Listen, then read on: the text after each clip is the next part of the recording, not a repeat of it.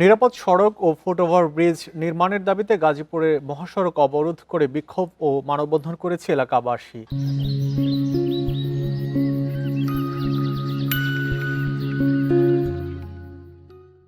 সকাল 10টার দিকে শহরের নাওজুর এলাকায় ঢাকা টাঙ্গাইল মহাসড়কে এই কর্মসূচি অনুষ্ঠিত হয়।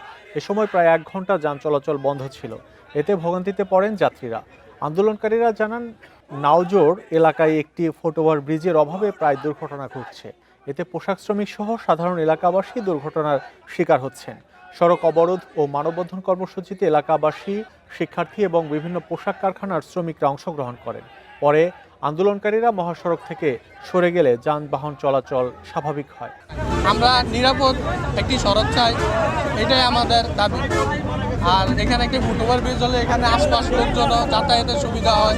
ব্রিজে আমাদের অনেক শ্রমিকেরা অনেক অ্যাক্সিডেন্ট হয়ে যাচ্ছে, কারণ আমাদের জীবনের কোনো নিরাপত্তা নাই।